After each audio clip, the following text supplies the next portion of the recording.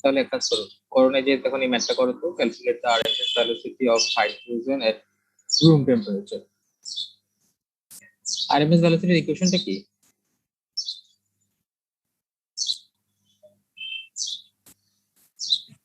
আসসালামু আলাইকুম স্যার। ওয়ালাইকুম আসসালাম। স্যার আমাদের তো আজকে ল্যাব রিপোর্টটা জমা দিতে হইতো গ্রুপ বি। ল্যাব রিপোর্ট জমা দিতে হবে স্যার ইউনিভার্সিটিতে এসে। হ্যাঁ দিও, সমস্যা দিও।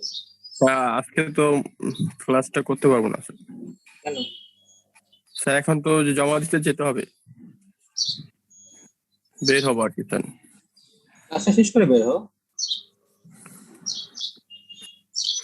10টা 10:30 বাজে জমা দিতে হবে স্যার। এখন তো যেতে স্যার আমার বাসা থেকে 1 ঘন্টার মতন লাগে ইউনিভার্সিটি স্যার। তোমার ইচ্ছা, তুমি তোমার যেটা ভালো মনে হয় তুমি করো। আচ্ছা, আরএমএস ভ্যালোসিটির ইকুয়েশনটা মনে আছে তো তোমাদের? So c is equal to root over 3RT by m. equal to P R T divided by M। তাহলে এখন বলা হচ্ছে যে হাইড্রোজেনের জন্য, তাহলে হাইড্রোজেনের জন্য m এর ভ্যালুটা কত হবে? 1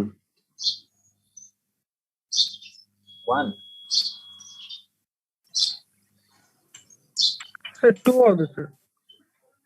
গ্রাম হবে না, গ্রামটাকে কেজিতে কনভার্ট করতে হবে। আচ্ছা, তাহলে m এর ভ্যালু পেয়ে গেলাম। আর T বলছে room temperature,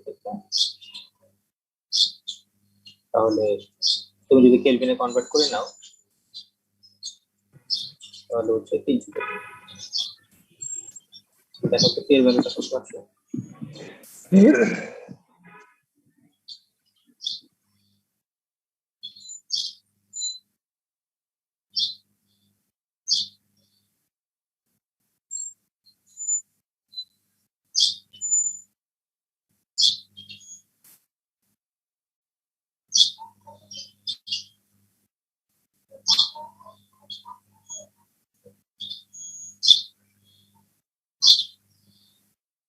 1.93 into 10 to the power 3 meter per second.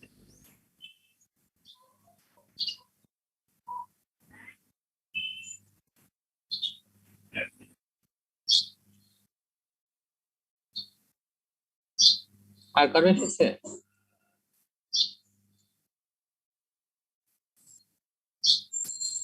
দেখো তো ওর সাথে কারো মানে বাকি মিলছে কিনা।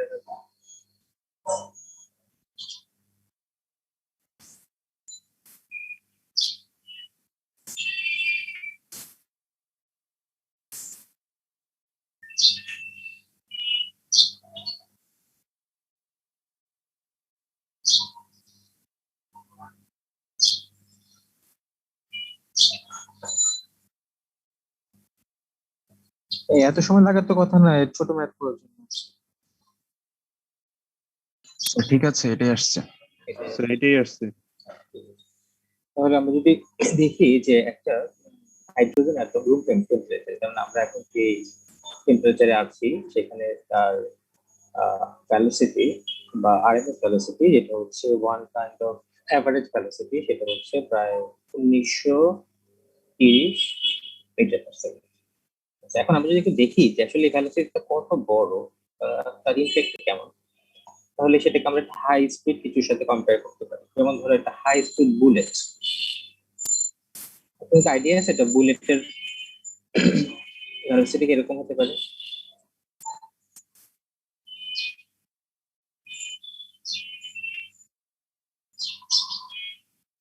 স্যার। হ্যাঁ, নর্মাল গুলো 300 হতে পারে বা তার চেয়ে বেশি হতে পারে। আমরা যদি আরো বেশিও ধরো 450 500 এভারেজ হয়, আমরা ধরি সেটা 500 ইউজ করি, 500 মিটার পার সেকেন্ড। তাহলে খেয়াল করে দেখো একটা হাই স্পিড বুলেটের ভেলোসিটি যেখানে 500 মিটার পার সেকেন্ড, সেখানে হাইড্রোজেন অ্যাটমের ভেলোসিটি হচ্ছে তার প্রায় 3 থেকে 4 গুণ, প্রায় 1930 মিটার পার সেকেন্ড। তাহলে তোমরা বুঝতে পারছো যে গ্যাস মলিকুলস গুলা কত ফাস্ট মুভ করে, তাই মুভমেন্টটা কত ফাস্ট থাকে।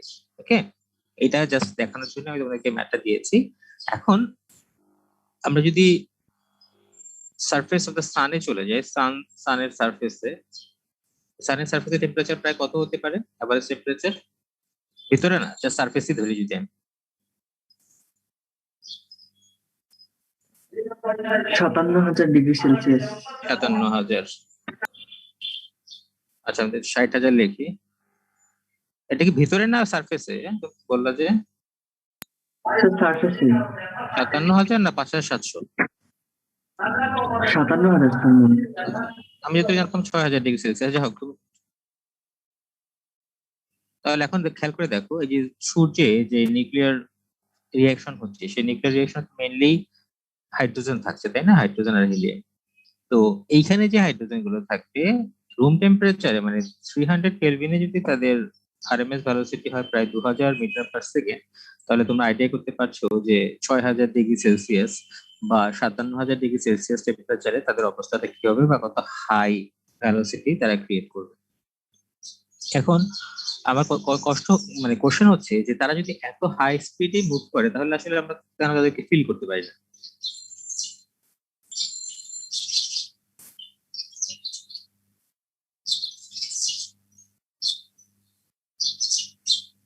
ধরো তোমাদের ক্লাস টেস্টে কোশ্চেনটা আসলো, why does it takes as long as a minute before you can smell perfume when someone opens a bottle across a room? তোমার রুমের একটা কর্নারে যদি একটা পারফিউমের বোতল ওপেন করা হয়, তো মনে করো কোনো আহ, উম, আহ, বিরিয়ানির প্যাকেট বা খুব স্মেল আছে এমন কোনো ফুডের প্যাকেট ওপেন করা হয়, তাহলে দেখা যাচ্ছে যে কয়েক সেকেন্ড পর আমরা তার স্মেলটা পাচ্ছি। নির্দিষ্ট সময় লাগে depending on the size of the room. Okay, সেটা প্রায় 30 সেকেন্ডও হতে পারে বা 5 থেকে 7 সেকেন্ডও হতে পারে, depending on the size of the room এবং তোমার যে পারফিউমটা তুমি ব্যবহার করছো তার স্মেলের স্ট্রেংথের উপরে। কিন্তু আমরা একটু আগেই দেখলাম যে নরমালি রুম টেম্পারেচারে হাইড্রোজেনের যেই এই আরএমএস ভেলোসিটি সেটা হচ্ছে প্রায় 2000 মিটার পার সেকেন্ড। তার মানে প্রতি সেকেন্ডে তার 2000 মিটার যাওয়ার কথা। তাহলে একটা রুমের সাইজ নিশ্চয়ই 2000 মিটারে হবে না, তার চেয়ে অনেক অনেক অনেক ছোট। তাহলে তার তো 1 সেকেন্ডেরও কম সময়ের মধ্যে আমাদের নাকে এসে পৌঁছানোর কথা সে পারফিউমের স্মেলটা, কিন্তু সেটা এত বেশি সময় কেন লাগছে?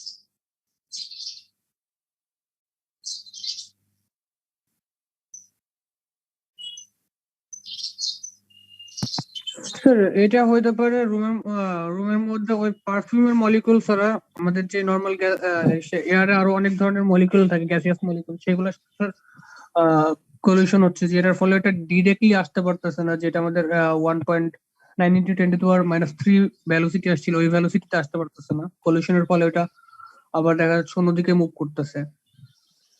অ্যান্সার এটাই। একটা বোতল থেকে যখন পারফিউম গুলো বের হতে যায়, তখন তার নিজের মলিকুলস এর সাথে তার এই বোতল থেকে বের হওয়ার সময় প্রচুর পরিমাণে কলিশন, প্লাস সে যখন বাইরে বের হয় তখন তার যে এয়ার মলিকুলস আছে সেই এয়ার মলিকুলস এর সাথে কলিশন হয়। এবং আমরা যখন মেইন ফ্রি পাথ দেখাবো তখন দেখবা যে এই যে কলিশনের যে ফ্রিকোয়েন্সিটা সেটা কত বেশি হতে পারে। তো এই বেশি পরিমাণে কলিশন হওয়ার কারণে আসলে সে একবারে একটা স্ট্রেট লাইনে চলে আসতে পারছে। যেমন ধর আমরা যে ভ্যালোসিটিটা হিসাব করেছি সেটা তো আমরা হিসাব করেছি যে একটা স্ট্রেট লাইনে সে চলে আসবে একটা পার্টিকুলার ভ্যালোসিটি।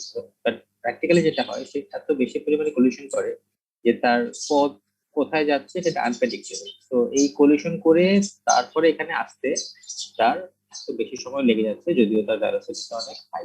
ওকে, তাহলে মেন অ্যান্সারটা হচ্ছে যে due to the collision between the air molecules অথবা তাদের নিজেদের যে মলিকুলস গুলো আছে তাদের মধ্যে কলিশনের ফলে তারা আমাদের কাজ পর্যন্ত আসতে বা স্মেলটা পেতে আমাদের এত বেশি সময় লাগছে।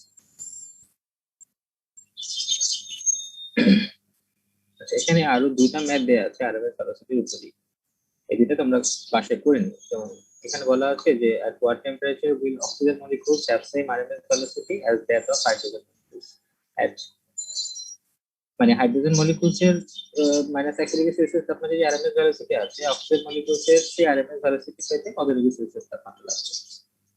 আর পরেরটাতে বলা আছে at what temperature will the RMS velocity of a gas molecule be half its value at 0 degree Celsius. 0 degree Celsius টেম্পারেচারে যে আরএমএস ভেলোসিটি আছে সেটাকে অর্ধেকে নিয়ে আসতে হলে তার টেম্পারেচারটা কত করতে হবে, বাড়াবে না কমাবে?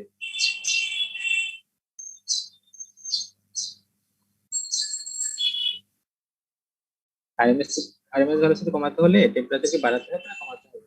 কমাতে হয়। কমাতে হবে। তাহলে এই দুটো তোমাদের হোমওয়ার্ক থাকলো, তোমরা করে নিও। এটা স্ক্রিনশট নিয়ে রাখো।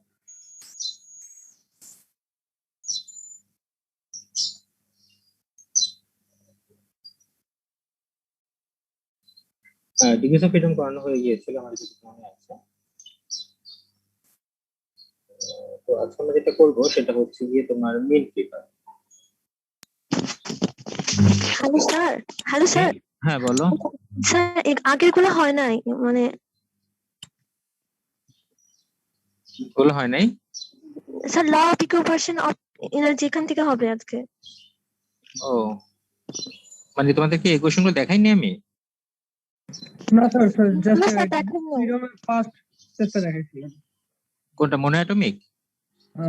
স্যার এর আগের স্লাইড, তার আগেরটা। এটা স্যার এই পর্যন্ত হয়েছে ডিগ্রি অফ ফ্রিডম পর্যন্ত হয়েছে। আচ্ছা ঠিক আছে, ওকে। তাহলে আমরা ডিগ্রিস অফ ফ্রিডম থেকে যেটা জেনেছি যে একটা গ্যাস মলিকিউলস বা যে কোনো একটা পার্টিকেলকে তার পজিশন কমপ্লিটলি ডিফাইন করার জন্য যে কয়টা ইন্ডিপেন্ডেন্ট ভেরিয়েবলের দরকার হবে সেটাকে বলা হচ্ছে ডিগ্রিস অফ ফ্রিডম। তো আমরা এটাও দেখেছি যে যদি মনোঅ্যাটমিক হয় তার ডিগ্রিস অফ ফ্রিডম হচ্ছে 3টা, এবং এই 3টাই হচ্ছে ট্রান্সলেশনাল ডিগ্রিস অফ ফ্রিডম। কারণ যেহেতু তার ট্রান্সলেশনাল মোশনের জন্য তার এই ডিগ্রিস অফ ফ্রিডমটা তৈরি হয়। যেমন ধরো একটা পার্টিকেলকে যদি আমি রাখি 3 ডাইমেনশনাল স্পেসে, সে এক্স অ্যাক্সিস বরাবর যেতে পারবে, ওয়াই অ্যাক্সিস বরাবর যেতে পারবে এবং জেড অ্যাক্সিস বরাবর যেতে পারবে। তাহলে তাকে ডিফাইন করার জন্য আমরা 3টা কোঅর্ডিনেট দরকার হয়, X Y Z. That's why তার ডিগ্রিস অফ ফ্রিডম হচ্ছে 3। আর আমরা যদি একটা ডায়াটমিক গ্যাসের কথা চিন্তা করি, যেমন ধরো হাইড্রোজেন, যার 2টা অ্যাটম থাকবে, তাদের ক্ষেত্রে দেখো ট্রান্সলেশনাল মোশন তো অবশ্যই থাকবে। তাহলে ট্রান্সলেশনাল মোশনের জন্য আমরা এক্স ওয়াই জেড বরাবর 3টা ডিগ্রিস অফ ফ্রিডম পাবো। আর যেহেতু তারা মলিকুলস, 2টা অ্যাটম আছে, তাহলে তাদের একটা রোটেশন হবে। তো রোটেশনের জন্য আমি তাদের আরো 2টো ডিগ্রিস অফ ফ্রিডম পাবো। তাহলে এখানে ডিগ্রিস অফ ফ্রিডম হচ্ছে টোটাল 5টা। আর রোটেশনের ক্ষেত্রে কেন তার নিজ অ্যাক্সিস বরাবর আমরা ডিগ্রিস অফ ফ্রিডম পাই না সেটা অলরেডি আমরা গত ক্লাসে ব্যাখ্যা করেছিলাম।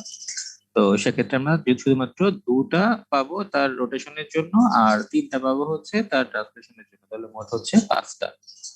আর ট্রাইঅ্যাটমিকের ক্ষেত্রে রোটেশনের জন্য 3টা, ট্রান্সলেশনের জন্য 3টা, মোট হচ্ছে 6টা। তো ল অফ ইকুইপার্টিশন অফ এনার্জিতে বলা হচ্ছে যে এই যে ডিগ্রিস অফ ফ্রিডম গুলো আমরা পাচ্ছি, প্রত্যেকটা ডিগ্রিস অফ ফ্রিডমের এনার্জি গুলো সমান হবে, ওকে? এবং সেই এনার্জির মানটা হবে half K T. Half KT. এখন এই হাফ কেটি ভ্যালুটা কিভাবে আসলো, বা প্রতিটা ডিগ্রি অফ ফ্রিডমের এনার্জিটা কেন হাফ কেটি হবে সেটা একটু ব্যাখ্যা করা হয়েছে এখানে। দেখো কাইনেটিক থিওরি অফ গ্যাস থেকে আমরা অলরেডি জানি যে তারা এক্স ওয়াই জেড যেদিকে যাক না কেন তাদের মোটামুটি ভ্যালোসিটিটা ইকুয়াল, ওকে? তো সেজন্য U square V square W square, যেখানে ইউ হচ্ছে এক্স এক্সিস বরাবর তার ভ্যালোসিটি, ভিটা হচ্ছে ওয়াই এক্সিস বরাবর ভ্যালোসিটি, আর ডাব্লিউটা হচ্ছে জেড এক্সিস বরাবর ভ্যালোসিটি, সেটাকে আমরা সমান ধরেছি। তো এখন তুমি এক কাজ করো, আহ পুরোটার সাথে হাফ এম গুণ করে দাও। গুণ করে দেওয়া হলো, গুণ করলে বুঝতেই পারছো এটা তার একটা কাইনেটিক এনার্জি চলে আসছে প্রত্যেকটা জায়গায়। তার মানে তাদের কাইনেটিক এনার্জিও সমান 3টা অ্যাক্সিস বরাবর, ওকে? এখন আমি যদি তাদের অ্যাভারেজ ভেলোসিটি বের করতে যাই, তাহলে সি স্কয়ার ইকুয়াল টু আসছে U square plus V square plus W square. এখন কথা হচ্ছে গিয়ে যে এই যে ইকুয়েশন আমরা পাচ্ছি, এই ইকুয়েশনটা একটু খেয়াল করে দেখো যে 3টার মানে যদি সমান হয়, মানে ইউ ভি ডাব্লিউ স্কয়ার 3টা যদি সমান হয়, তাহলে যে কোনো একটাকে আমরা লিখতে পাচ্ছি 1/3 into half M C square. কারণটা কি? কারণটা হচ্ছে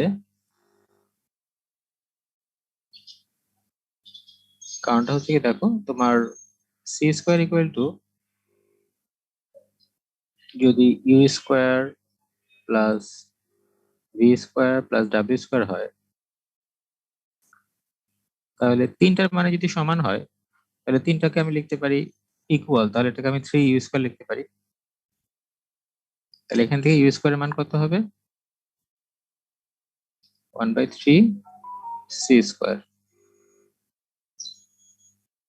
আর এখন তুমি যদি দুই পাশে হাফ এম গুণ করে দাও, তাহলে 1/3 তো আছে আগে, ইন্টু হচ্ছে হাফ এম সি স্কয়ার, সেটাই এখানে লেখা হয়েছে। দেখো হাফ এম স্কয়ারের ভ্যালুটা হচ্ছে 1/3 হাফ এম সি স্কয়ার। একইভাবে তুমি এখানে যদি ইউ না ধরে ভি ধরো তাহলে আসবে এটা, আর যদি ডাব্লিউ ধরো তাহলে আসবে এটা। তাহলে তিনটা ক্ষেত্রে তাদের কাইনেটিক এনার্জির যে ভ্যালুটা সেটা হচ্ছে 1/3 into half M C square. Okay, এখন আমরা জানি এই যে average kinetic energy of each molecule সেটা হচ্ছে 3/2 কেজি। তাহলে হাফ এমসি স্কোয়ারের পরিবর্তে তুমি এখানে লেখো 3/2 কেজি। আচ্ছা, এটা 1/3 হবে, এটা ভুল লেখা হচ্ছে 1/3। ওকে, তাহলে 3 ক্যান্সেল হয়ে গেল, তাহলে থাকছে হাফ কেজি। তাহলে খেয়াল করে দেখো তোমার এক্স এক্সিস বরাবর তার যে কাইনেটিক এনার্জি, ওয়াই অ্যাক্সিস বরাবর তার যে কাইনেটিক এনার্জি এবং জেড অ্যাক্সিস বরাবর তার যে কাইনেটিক এনার্জি, তিনটা ভ্যালুটাই সমান হবে এবং সেই মানটা হবে হাফ কে টি, যেখানে কেটা হচ্ছে বোলজম্যান কনস্ট্যান্ট। তাহলে আমরা এখন পরবর্তীতে ম্যাথ করার ক্ষেত্রে এই এনার্জিটাকে ব্যবহার করব। এটা হচ্ছে একটা ডিগ্রিস অফ ফ্রিডমের জন্য, ইচ ডিগ্রিস অফ ফ্রিডমের জন্য তার টোটাল অ্যাভারেজ এনার্জি। এর কোনো কোশ্চেন আছে এখানে?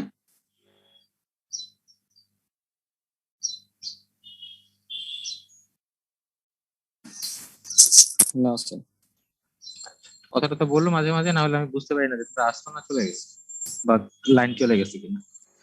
আচ্ছা, এখন আমরা এই যে ইকুইপার্টিশন অফ এনার্জি এবং ডিগ্রিস অফ ফ্রিডম এই দুইটা ফর্মুলাকে ব্যবহার করে স্পেসিফিক হিটের যে রেশিওটা থাকে গামা সিপি বাই সিভি, তার ভ্যালুটা বের করার চেষ্টা করব। তো এখানে আমরা তিনটা গ্যাসের জন্য, তিন ধরনের গ্যাসের জন্য করবো, মোনো, ডাই আর ট্রাই। তো প্রথমে যদি আমরা মোনোর জন্য খেয়াল করি, মনে করো একটা মোনো অ্যাটমিক গ্যাস আছে জাস্ট লাইক হিলিয়াম। এখন আমরা অলরেডি জানি যে মোনো অ্যাটমিক গ্যাসের জন্য তার ডিগ্রিস অফ ফ্রিডম হবে তিনটা, এবং এই তিনটাই হচ্ছে তার ট্রান্সলেশনাল, মানে ডিউ টু হচ্ছে মোশন, কাইনেটিক এনার্জি যেটাকে আমরা বলি। তাহলে দেখো তো টোটাল এনার্জিটা হচ্ছে ট্রান্সলেশনাল, তাহলে এটা হচ্ছে এক্স এক্সিস এ কাইনেটিক এনার্জি, ওয়াই এক্সিস এ কাইনেটিক এনার্জি, আর এটা হচ্ছে জেড এক্সিস এ কাইনেটিক এনার্জি। এখন ইকুইপার্টিশন অফ ল থেকে আমরা অলরেডি জানি তাদের প্রত্যেকটার মানই সমান এবং সে মানটা হচ্ছে হাফ কে। তাহলে তিনটা মানে তুমি হাফ কেটি বসাও, তাহলে টোটাল যে এনার্জিটা পাচ্ছ সেটা হচ্ছে 3/2 কেটি।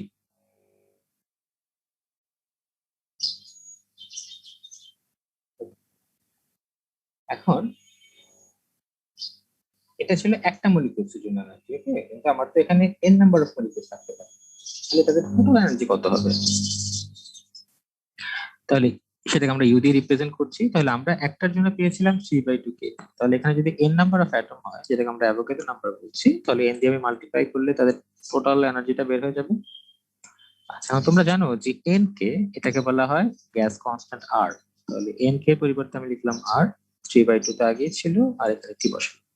ওকে, আচ্ছা, এখন স্পেসিফিক হিট এট কনস্ট্যান্ট ভলিউমের যে ফর্মুলাটা সেটা হচ্ছে change of internal energy with respect to temperature. তার মানে এটাকে এখন ডিফারেন্সিয়েশন করতে হবে উইথ রেসপেক্ট টু টেম্পারেচার। তো এটাকে তুমি যদি টেম্পারেচারের সাপেক্ষে ডিফারেন্সিয়েশন করো, তাহলে এটাকে টেম্পারেচারের সাপেক্ষে ডিফারেন্সিয়েশন করলে এখান থেকে তুমি পাচ্ছ 3/2 আর, যেটাকে আমরা বলবো সিভি। তাহলে স্পেসিফিক হিট এট কনস্ট্যান্ট ভলিউম তার মানটা আমরা পেয়ে গেলাম 3/2 আর। এখন আমার যেটা লাগবে সেটা হচ্ছে সিপির ভ্যালুটা লাগবে, যদি আমি গামার ভ্যালুটাকে বের করতে চাই।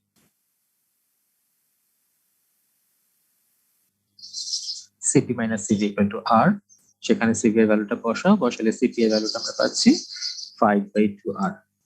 তাহলে সিপি আর সিভিটা যে রেশিওটা সেটাই হচ্ছে গামা এবং তার মানটা হচ্ছে 1.67 ফর মোনো অ্যাটমিক গ্যাস। ওকে, আচ্ছা, তারপরে হচ্ছে ডায়াটমিক। ডায়ের জন্য তোমরা জানো যে তাদের দুই ধরনের মোশন হবে, একটা হচ্ছে ট্রান্সলেশনাল মোশন আর একটা হচ্ছে রোটেশনাল মোশন। তো ট্রান্সলেশনাল মোশনের জন্য তো আগের মতোই তিনটা পাবা, আর রোটেশনের জন্য বলেছিলাম সে যে অ্যাক্সিসে থাকবে সে অ্যাক্সিস ছাড়া বাকি দুইটা অ্যাক্সিসে তার রোটেশনাল এনার্জি থাকবে, সেই দুইটা হচ্ছে এটা। এবং যেহেতু প্রত্যেকটার মানই সমান, সেটা যেই ধরনের এনার্জি হোক না কেন, তাহলে সবগুলো যোগ করে দিলে এখানে মোট 1 2 3 4 5টা আছে, তাহলে প্রত্যেকটা মান যদি হাফ কেটি হয় তাহলে 5 ইন্টু হাফ। তারপরে ওই আগের মতোই জাস্ট ক্যালকুলেশন করে যদি বসাও ভ্যালুগুলো, এখানে গামার জন্য ভ্যালুটা পাবা 1.4 ফর ডায়াটমিক গ্যাস। তোদের মনে থাকতে পারে যে কলেজ লেভেলে তোমরা যখন এই স্পেসিফিক হিটের ম্যাথ গুলো করতে বা গ্যাস চ্যাপ্টারের ম্যাথ গুলো করতে, তখন ম্যাক্সিমাম সময় যখন বায়ুর কথা বলা হতো, বায়ুর ক্ষেত্রে আমরা গামা ভ্যালুটা 1.4 বসাতাম। এর কারণ হচ্ছে বায়ুতে মেজরিটি যে গ্যাস থাকে সেটা হচ্ছে নাইট্রোজেন অলমোস্ট 78% এর মতো, আর অলমোস্ট 20% মতো থাকে হচ্ছে অক্সিজেন। তো 78 আর 20 যদি ধরো, তার মানে 98 এর অ্যাভাবই হচ্ছে ডায়াটমিক গ্যাস। সো ডায়াটমিক গ্যাসের ক্ষেত্রেই সেজন্য আমরা 1.4 এই ভ্যালুটা ব্যবহার করতাম।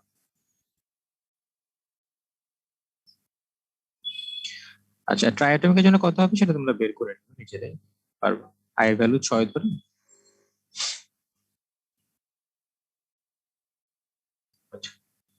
স্যার এক্সামে কি এগুলো ডেরিভেশন করে দেখাতে হবে যে কোনটার জন্য কত পেয়েছি বা এটা আসলে ডেরিভেশন, এটা ম্যাথ ধরতে পারো তুমি, ওয়ান কাইন্ড অফ ম্যাথ বলতে পারো। যে জাস্ট স্যার ভ্যালুগুলা মনে রাখলে হবে এমন? না না না না, এমন না না, তেমন এমন কি এক্সামিনার উপর ডিপেন্ড করে। তো কি হয়তো আমাকে বলতে পারে যে অক্সিজেনের জন্য গামার ভ্যালু কত, ক্যালকুলেট করে দেখো। সরাসরি বললো না ডায়াটমিক, অক্সিজেন বললো বা নাইট্রোজেন বললো বা কার্বন ডাই অক্সাইড বললো। বুঝতে পেরেছো? জি স্যার। সিম্পল তো, জাস্ট তুমি মনে রাখতে হবে তোমাকে তার ডিগ্রিস অফ ফ্রিডমটা কত, এটা মনে রাখবা। আর হচ্ছে তোমার এই যে এই দুটা formula, CV minus CV equal to R, আর CV equal to dU by dT, তাহলে তো বের করা যাবে। স্যার গামার জন্য কি, কার্বন ডাই অক্সাইডের জন্য কি গামার মান 1.4 নাকি যে ট্রাই অ্যাটমিকেরটা? তোমার কাছে কি মনে হয়? স্যার ওটা তো দুইটা দেখছিলাম যে অনেক, কোন জায়গায় 1.4 ইউজ করা হয়, কোন জায়গায় ট্রাই অ্যাটমিক ইউজ করা হয়। 1.4 ইউজ করা হয় কারণ কার্বন ডাই অক্সাইডেরটা একটা লাইনে থাকে, যে ওটার গাঠনিক সংকেতটা দেখলে দেখা যায় ডায়াটমিকের মতন একটা। হ্যাঁ, এটাই অ্যান্সার আসলে। যদিও সে ট্রাইঅ্যাটমিক, কার্বন ডাই অক্সাইড CO2, কিন্তু আসলে খেয়াল করে দেখো ওর যে গঠনটা বা স্ট্রাকচারটা সেটা হচ্ছে একটা লিনিয়ার, তাই না? আমরা যেমন হাইড্রোজেনের জন্য যেমন লিনিয়ার করেছিলাম, এখানেও সেই ধরনের একটা লিনিয়ার শেপ আসছে। সেই জন্য আর কি এই তার গাঠনিক স্ট্রাকচারের জন্য সেটাকে ডিগ্রিস অফ ফ্রিডমটাকে 5 ধরা হচ্ছে। কারণ যেহেতু সে লিনিয়ার, তাহলে সে নিজের যে অ্যাক্সিস, সেই অ্যাক্সিসের চারপাশে তার কোনো রোটেশনাল এনার্জি থাকবে না। Okay sir, thank you.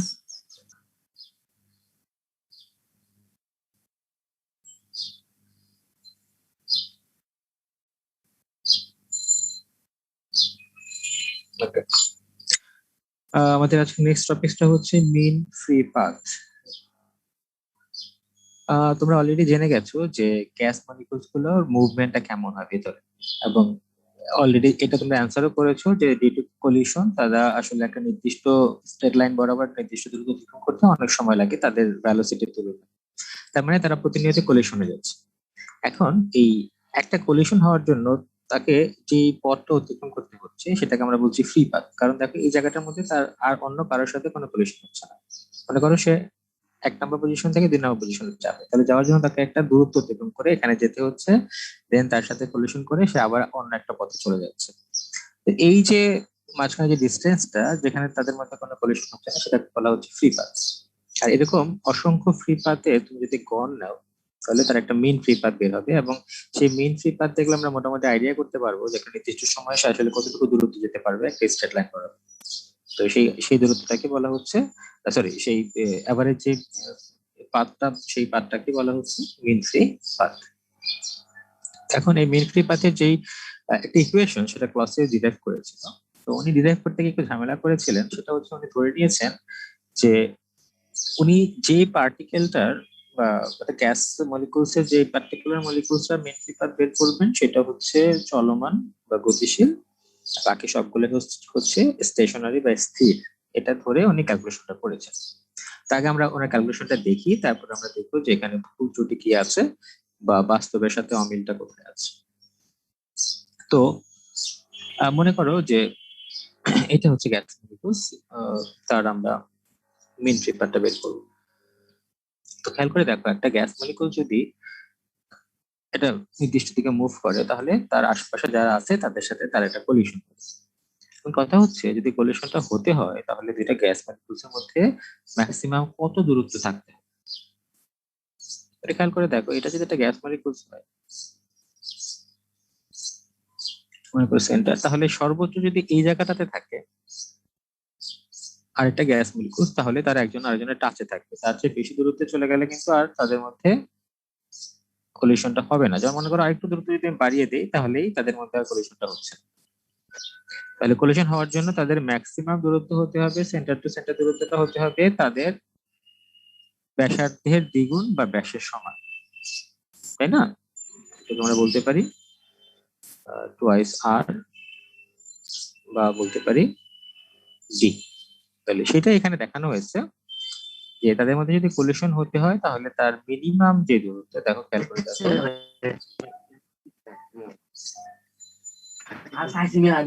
তার যে মিনিমাম দূরত্ব সেটা হতে হবে তার ব্যাসের সমান।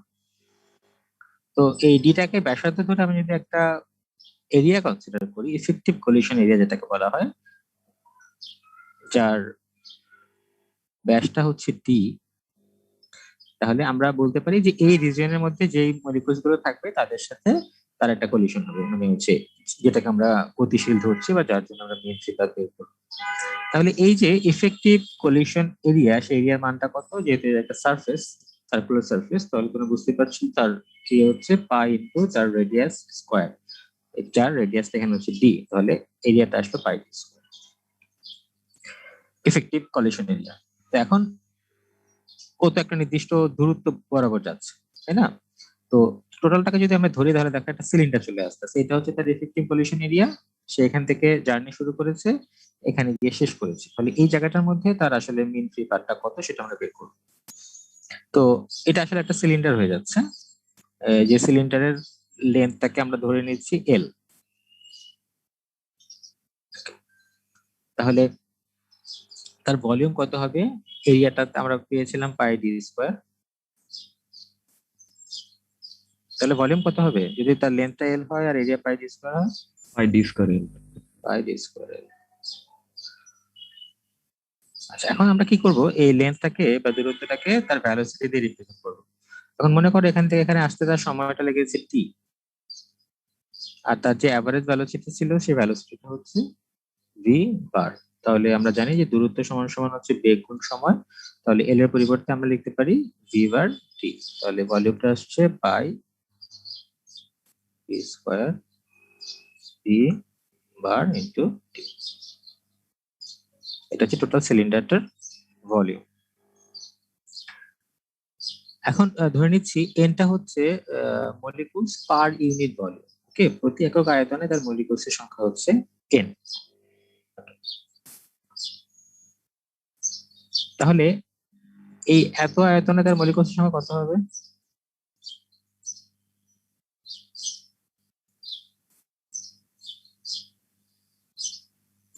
বলো একজন।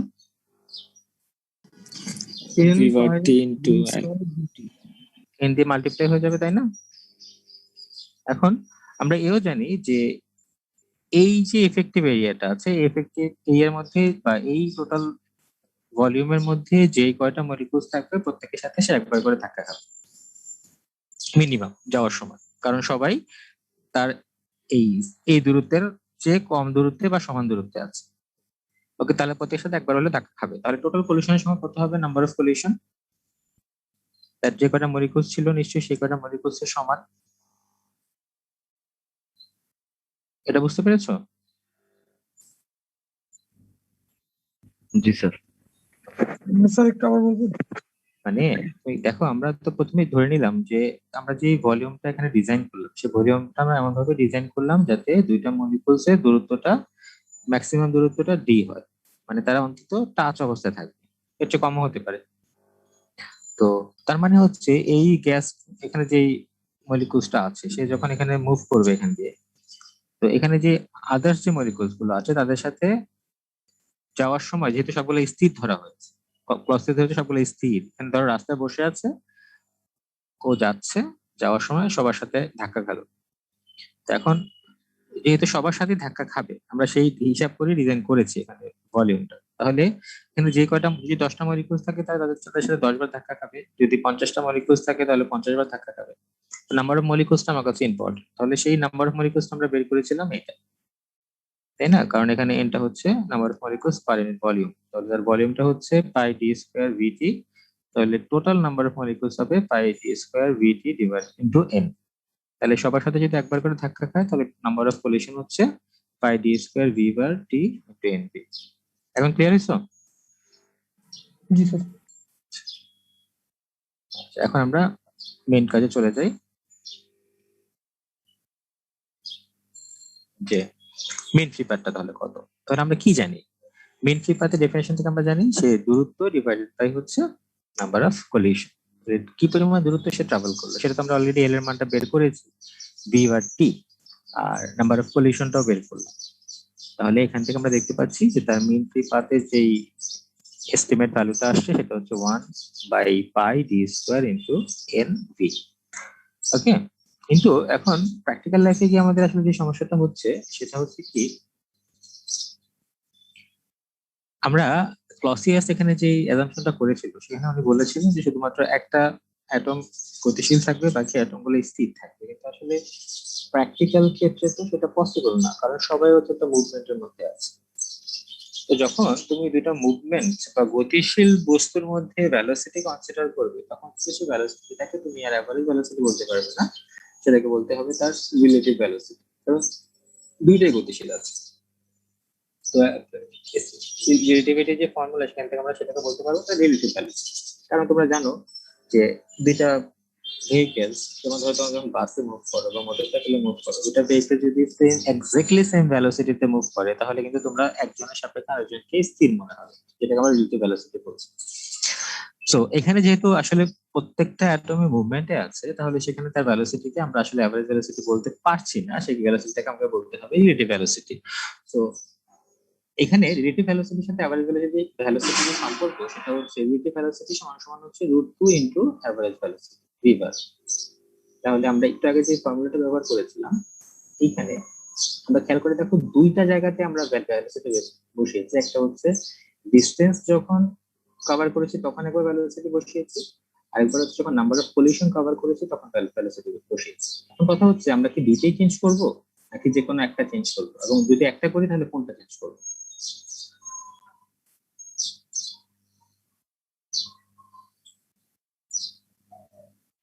একটা হচ্ছে তার দূরত্বের সাথে সম্পর্ক, সে কতটুকু দূরত্ব অতিক্রম করবে, এই ছবিটা দেখো টোটাল দূরত্বটা কতটুকু করলো সেটার সাথে সম্পর্ক হচ্ছে তার একটা ভেলোসিটি, আর একটা ভেলোসিটি সম্পর্ক হচ্ছে এই গতিশীল পার্টিকেল গুলোর সাথে তার ভেলোসিটি।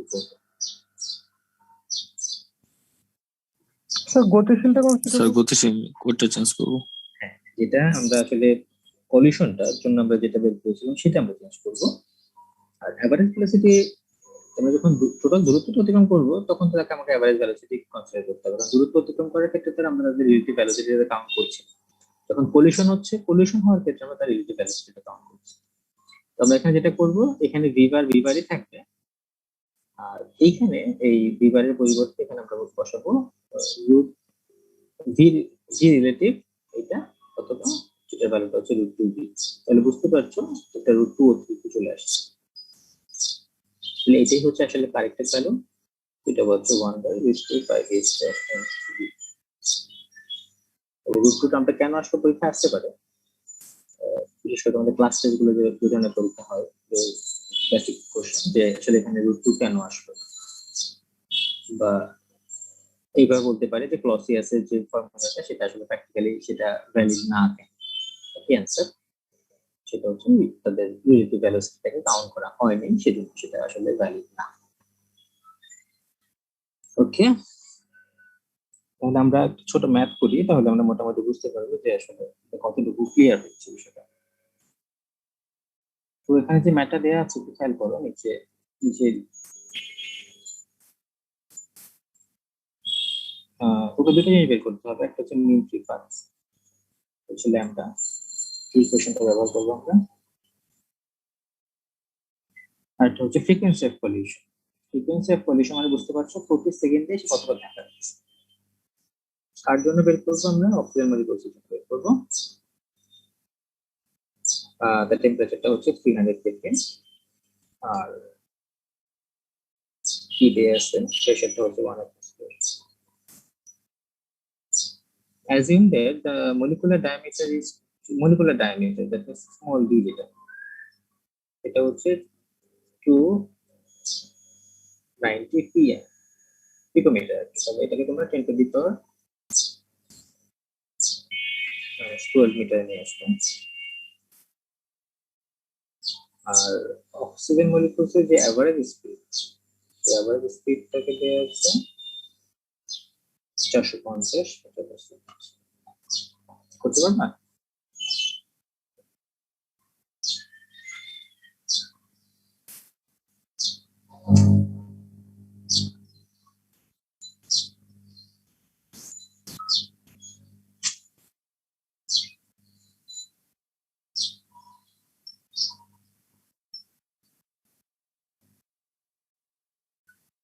আগে এটা বের করো অ্যান্ডারমেন্ট আগে বের করো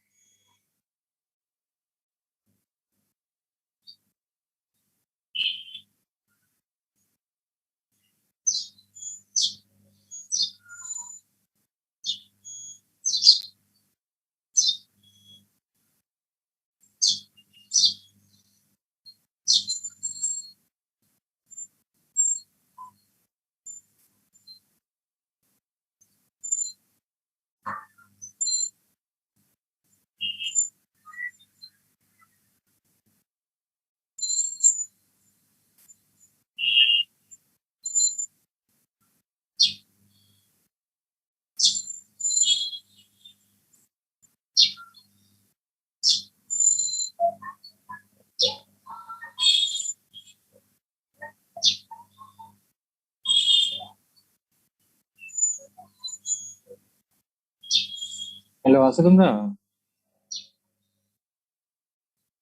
জি স্যার। আচ্ছা একটু কথা বলো তাহলে সময় তো নেই আমাদের প্রায় শেষের দিকে চলে আসে তোদের মেনলি লাগবে কি ল্যামডা বের করার জন্য ডি এর মান লাগবে ডি এর মান তো সরাসরি দেয়া আছে এটা বের করতে পারবে না এনভিটা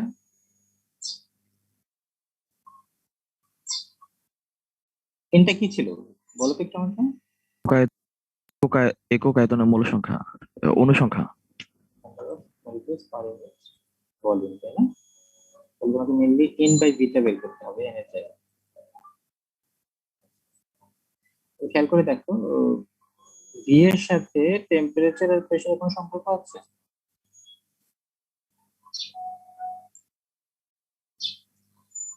পিভি ইকুয়াল আমরা কি জানি অ্যানার্ট আচ্ছা আটটাকে কি লিখতে পারি এন এর সাথে মিলিয়ে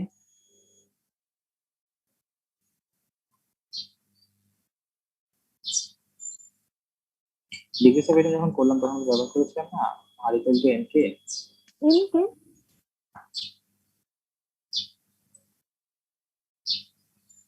তাহলে এখান থেকে তুমি এন বাই ভিটা বের করো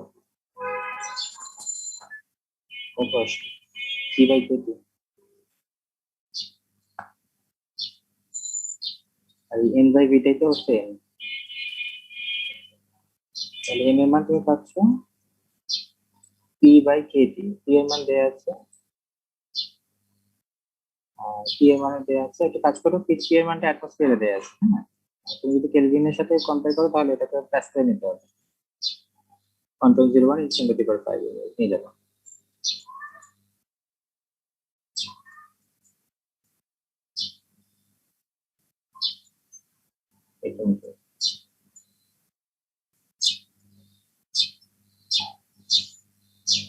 এখন তো পারবে এখন তাহলে আমরা কোনটা করবো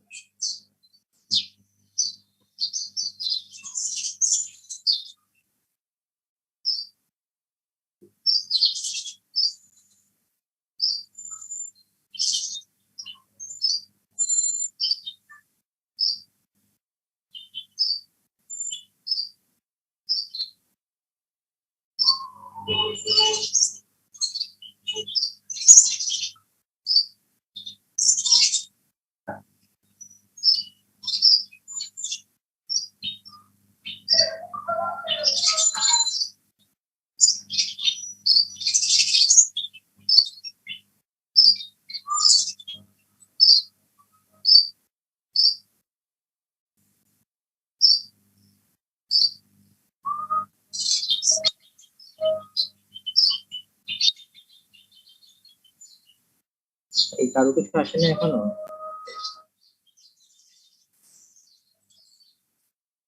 এখানে কি এটা হচ্ছে Boltzmann constant 1.38 into 10 inverse 20.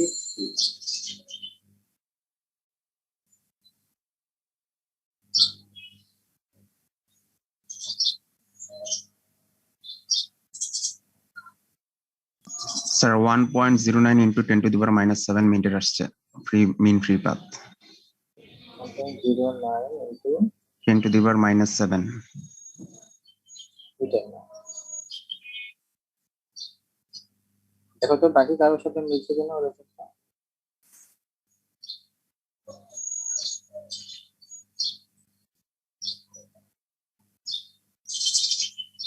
Sir জি কে এর স্যার, ভ্যালুটা এটা কত বললেন? এর ভ্যালু হচ্ছে 1.38 10 inverse 23। এটাই আসলো। আর আরেকজন দেখি তিনজন হলে আমরা পরবর্তী কাজ।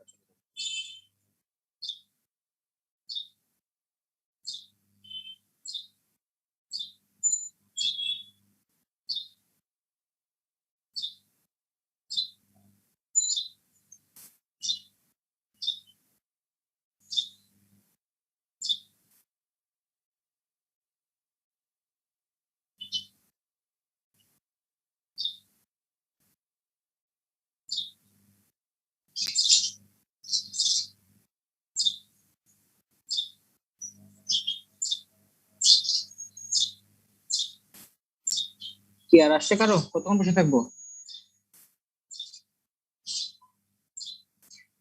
আচ্ছা আমরা পরের ধাপে যাই। তাহলে আমরা ল্যামডার ভ্যালুটা পেয়ে গেলাম, যার মান হচ্ছে 1.09 into 10 to the power minus 7 metre. এখন frequency of collision. Frequency of collision হচ্ছে প্রতি সেকেন্ডে সে কতবার ধাক্কা খাচ্ছে। আপনার টাইমটা বের করতে হবে। তাহলে একটা সিম্পল হিসাব আছে, আমরা দেখো অ্যাভারেজ ভেলোসিটিটা দেয়া আছে। এখন আমরা এই অ্যাভারেজ ভেলোসিটিটা কোথায় বের করেছিলাম মনে আছে তোমাদের?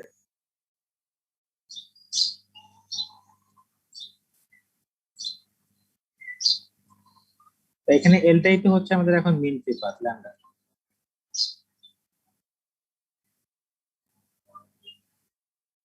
এখান থেকে টি এর মানটা বের করো,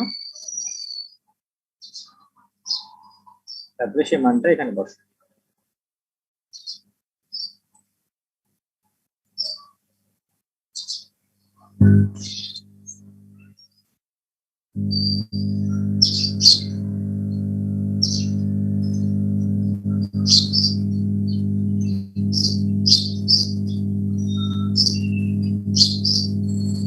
four point one two 10 to the power 9। এটা কি এফ এর ভ্যালু? জি sir, 4.1 1 to 10 to the power 9। Per second. G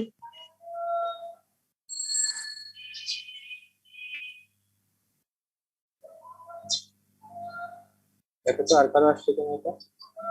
G sir ঠিক আছে জি স্যার স্যার, এটাই স্যার। 4.1 তোমাকে এখানে কোনো সারপ্রাইজিং রেজাল্ট হচ্ছে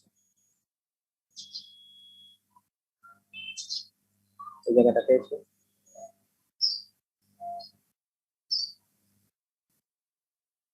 সারপ্রাইজিং বিষয়টা হচ্ছে খেয়াল করে দেখো, এটা আসলে physical significance frequency of collision, মানে সে প্রতি সেকেন্ডে 10 to the power 9 টাইমস ধাক্কা খাচ্ছে। 10 to the power 9। ওকে, এটা হচ্ছে সারপ্রাইজিং। তাহলে চিন্তা করে দেখো একবার চোখ বন্ধ করে, যে একটা মলিকিউল যদি এক সেকেন্ডে 10 to the power 9 টাইমস ধাক্কা খায় তার পার্শ্ববর্তী মলিকিউলসের সাথে, তাহলে সে কি পরিমাণ কলিশনের মধ্যে থাকে প্রতিনিয়ত। সো যেই মলিকিউলসটা, এখানে যদি আমরা অক্সিজেনের কথা বলি, যেই মলিকিউলসটা সেকেন্ডে 10 to the power 9 টাইম ধাক্কা খায়, তাহলে তার যে ডিরেকশন, সেটা আসলে একটা পার্টিকুলার ডিরেকশনে কখনোই থাকবে না, সেটা একটা র্যান্ডম ডিরেকশন থাকে। এই কারণেই আমরা যদি আমরা আগের কোশ্চেনটাতে ফিরে যাই একদম, যে পারফিউমের স্মেলটা আসতে কত সময় কেন লাগছে, তাহলে এখন তোমরা বুঝতে পারছো, ধারণা করতে পারতেছো আসলে অবস্থাটা কি ভেতরে। এতবার ধাক্কা খায় যে আসলে তার নিজস্ব গতিপথে থাকতে পারে না, বারবার তার গতিপথ চেঞ্জ করছে। এর ফলে একটা স্ট্রেট লাইন বরাবর একটা নির্দিষ্ট দিকে অতিক্রম করতে, যেটা আমরা মিন ফ্রি পাথ বলছি, ল্যাম্ডা বলছি এটাকে, তার প্রচুর সময় লেগে যায়। যদিও তার ভ্যালোসিটি অনেক হাই, বাট সেই হাই ভ্যালোসিটি থাকা সত্ত্বেও due to the number of solution বা ফ্রিকোয়েন্সি অফ সলিউশন, সে তার মুভমেন্ট প্রতিনিয়ত বাধাগ্রস্ত হচ্ছে। এটাই হচ্ছে তার কারণ যে কেন আসলে একটা স্মেল, ইভেন সাউন্ড, সাউন্ডও তো এক ধরনের ওয়েভ, সাউন্ডটাও তো আসলে তোমার এয়ারের ভিতর দিয়ে যাচ্ছে। তাহলে এগুলা যেখানে তোমার এয়ার মলিকিউলসের ভ্যালোসিটি হচ্ছে 1930, প্রায় অক্সিজেনের জন্য করলে আরো বেশি পেতাম, সেখানে সাউন্ডের ভ্যালোসিটি কেন মাত্র 340 বা 300 ডিগ্রি সেলসিয়াস, এই সেম কারণ। পলিউশনের জন্য আসলে তার যে মুভমেন্টটা, সাউন্ডের যে মুভমেন্টটা, সেটা বারবার বাধাগ্রস্ত হচ্ছে। ঠিক আছে, আজকে তাহলে এই পর্যন্তই থাক। আমরা নেক্সট দিন যেটা করবো সেটা হচ্ছে van der Waals equation, pressure এবং ভলিউমের যে কারেকশন আছে, এটা আশা করি আমরা একটা ক্লাসে শেষ করে দিতে পারবো। Hello sir. হ্যাঁ বলো। স্যার আমার আর এর ভ্যালুতে স্যার একটু ঝামেলা আছে স্যার। এটা সিজিএস এ কত আর এসআই তে কত? আর ভ্যালুটা এসআইতে হচ্ছে 8.13 সম্ভবত, আর স্যার 0. যেটা ওটা কি সিজিএস এ? সম্ভবত 0.8 কত যেন ছিল। স্যার ওই যে আমার -10 আসছে আর কি, ওই ফ্রিকোয়েন্সি আর কি, মানে 2 ডিজিট কম আসছে আর কি। তাহলে তুমি মনে হয় আর এর ভ্যালুতে গন্ডগোল হয়েছে স্যার। সিজিএস বসিয়েছো। জি স্যার। সেই জন্য সমস্যা হয়েছে। Okay sir. আচ্ছা, তোমাদের তো ল্যাবের ঝামেলা শেষ, তাই না? সাজেদ আছো? জি স্যার, ল্যাব শেষ। আজকে শুধুমাত্র একটা গ্রুপের ফিজিক্স ল্যাব জমার ডেট ছিল স্যার, এইটাই, আর এরপর আর নাই কোনো। আমার তো ক্লাস থাকে, আজকে ফ্রি ছিলাম, আজকে আমরা ক্লাস নিয়ে আবার ক্যাম্পাসে বের হবো। এখন যদি আমি তোমাদেরকে সন্ধ্যার দিকে ক্লাস দিই, কোনো সমস্যা হবে কি? তোমাদের টিউশনি থাকে? স্যার সন্ধ্যায় দিলে একটু প্রবলেম হয়ে যায় স্যার। সকালে সমস্যাটা হয় কি, ধরো ল্যাব থাকে বা মিটিং থাকে, তো সকালে টাইমটা বের করা ডিফিকাল্ট হয়ে যায়। সরাসরি ক্লাস হলে তো আমি ক্যাম্পাসে থাকলে গিয়ে ক্লাস নিয়ে নিতে পারি, ক্যাম্পাসে থেকে অনলাইনে ক্লাস নেওয়া খুব ডিফিকাল্ট, নেটওয়ার্কের সমস্যা করে, ডিভাইসের সমস্যা। স্যার স্যার রাতে দেওয়া যায় স্যার 8টার দিকে? হ্যাঁ, সেটা হলেও কোনো সমস্যা নেই, 8টা 9টা বললেও পারবো। তোমাদের যদি 8টা বা 9টার দিকে করেন স্যার, ভালো হয়। তাহলে আমি চাচ্ছিলাম কিছু, তোমার সাথে ক্লাস খুব একটা বেশি হয়নি, মাত্র 2টা ক্লাস হলো, আজকে সিলেবাস শেষ করতে হবে। তাহলে তোমাদের 8টা 9টা হলে সমস্যা নেই, তাই তো? না স্যার, 8টা 9টায় দিতে পারেন স্যার। তাহলে দেখি আমি মঙ্গলবার বা বুধবার দিন তোমাদের ক্লাস দেওয়া যাবে। আমি সাজেশন যেদিন দিব আমি তার একদিন আগে সাজেশনের সাথে কথা বলি, টাইম ফিক্স করব। আচ্ছা, তোমার অ্যাটেন্ডেন্সটা তো ID 1 present sir. 2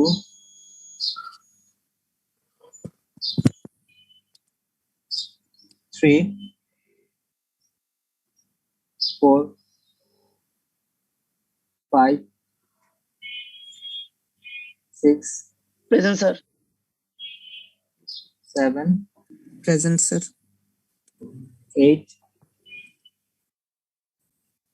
9 present sir. 10 present sir. 11 sir. 12 present sir. 13 present sir. 14 Sir. Sir, 14 present.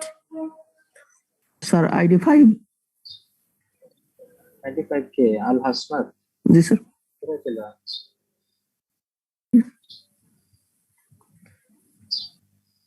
ID 15 16 present sir. 17 18 present sir. 19 Present, sir. 20 21 Johnny আছে না? Present sir. দেখতে পাচ্ছি 22 23 নাই, 24 আছো। Present sir. 25 present sir. 26 নাই, 27 Yes, sir. 26 আছে sir. Sir 27 আছে। 26 কে Habibullah. Sir Mohammad Habibullah, জি sir. আইডিটা দিয়ে নিও। হ্যাঁ,